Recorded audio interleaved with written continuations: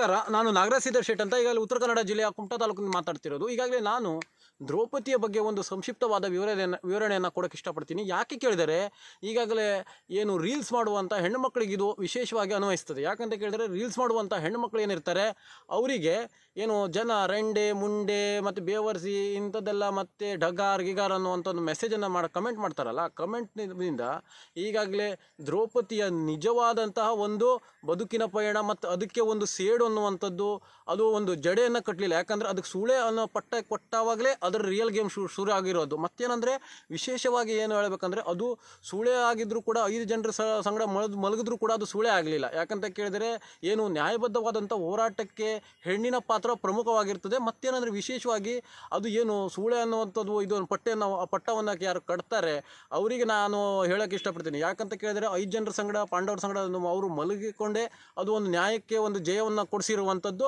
ಮತ್ತೇನಂದರೆ ನ್ಯಾಯಕ್ಕೆ ಜಯವನ್ನು ಕೊಡಿಸಿದ್ದು ಮತ್ತದು ಏನು ಕೂದಲನ್ನು ಕೂಡ ಕಟ್ಟಲಿಲ್ಲ. ಅದಕ್ಕೋಸ್ಕರ ಈ ಕೆಲವೊಂದು ಜನ ಹೆಣ್ಮಕ್ಳು ಸೂಸೈಡ್ ಮಾಡ್ಕೊಳ್ತಾರೆ. ಯಾಕಂತ ಕೇಳಿದ್ರೆ ಬ್ಯಾಡ್ ಕಮೆಂಟ್ಗಳು ಅಂಥದ್ದೆಲ್ಲ ಇದು ಮಾಡಬಾರ್ದು. ಯಾಕಂದರೆ ದ್ರೌಪದಿಯ ಒಂದು ಇದ್ರ ರೇಂಜಿನಂತೆ ಹೋದರೆ ನೀವು ರೀಲ್ಸ್ ಮಾಡುವಂಥವರಿಗೆ ಬ್ಯಾಡ್ದೆಲ್ಲ ಹೆಣ್ಮಕ್ಳಿಗೆ ಕಮೆಂಟ್ ಬರುವಂಥದ್ದು ಸಹಜ. ಅದಕ್ಕೋಸ್ಕರ ಈಗಾಗಲೇ ನೀವು ಜಡೆಯನ್ನು ಕಟ್ಟಬಾರ್ದು. ಕಟ್ಟದೇನೆ ಅದೊಂದು ದ್ರೌಪದಿ ಯಾವ ಥರ ಇದು ಮಾಡಿದ್ಲು, ನಿಮಗೆ ಸೇಡಿನ ಒಂದು ಮನೋಭಾವನೆ ಇದ್ಬಿಟ್ಟು ನೀವು ಇದು ಮಾಡಬೇಕು. ಯಾಕಂತ ಕೇಳಿದ್ರೆ ಕೆಲವೊಂದು ಜನ ಹೆಚ್ಚಿನಾಗಿ ಸೂಸೈಡ್ ಮಾಡ್ಕೊಳ್ಳುವಂಥದ್ದೆಲ್ಲ ಸರ್ವೇ ಸಾಮಾನ್ಯ ಆಗೋಗ್ಬಿಟ್ಟಿದೆ. ಅದಕ್ಕೋಸ್ಕರ ನಾವು ಏನು ಹೇಳ್ತಾ ಇದ್ದೀವಿ ಕೇಳಿದ್ರೆ ಈಗಾಗಲೇ ದ್ರೌಪದಿಯ ಮಾದರಿಯಲ್ಲಿ ನೀವು ಇದು ಮಾಡಬೇಕು. ಯಾಕಂತ ಕೇಳಿದ್ರೆ ರಾಣಿಯಾಗಿ ಮೆರಿಬೋದು. ಯಾಕಂದರೆ ಸೀತೆಯ ಥರ ನ್ಯಾಯಬದ್ಧವಾಗಿ ಇದ್ರೆ ಪಾಪ ಅವ್ರಿಗೆ ನೋಡಿ ನೆಲದಲ್ಲಿ ಹಾಕಿ ತುಳಿದ್ಬಿಟ್ರು, ಅದ್ರ ವಿರುದ್ಧನೇ ಚಾಡಿಯನ್ನೆಲ್ಲ ಹೇಳುವಂಥದ್ದೆಲ್ಲ ಮಾಡಿದ್ರು. ಈಗಿನ ಕಾಲದಲ್ಲಿ ಸೀತಾಮಾತೆ ಆದರೆ ಬೆಲೆ ಇಲ್ಲ. ಯಾಕಂದರೆ ದ್ರೌಪದಿ ಆದರೆ ಮಾತ್ರ ಅದಕ್ಕೊಂದು ಬೆಲೆ. ಯಾಕಂದರೆ ಈಗಿನ ಒಂದು ಸಮಾಜ ಏನಿದೆ ಕೇಳಿದ್ರೆ ಮಹಾಭಾರತದ ಒಂದು ರೇಂಜಿನಲ್ಲೇ ಹೋಗ್ತಾ ಇದೆ. ಯಾಕಂತ ಕೇಳಿದ್ರೆ ದ್ರೌಪದಿಯ ಒಂದು ಯಾವ ರೀತಿ ನಡ್ಕೊಂಡು ಬಂದಿದ್ಲು ಅವಳು, ಆದರೆ ಮತ್ತೆ ಏನಂದರೆ ಅವರಿಗೆ ಶಿಕ್ಷೆ ಕೊಡೋ ತನಕ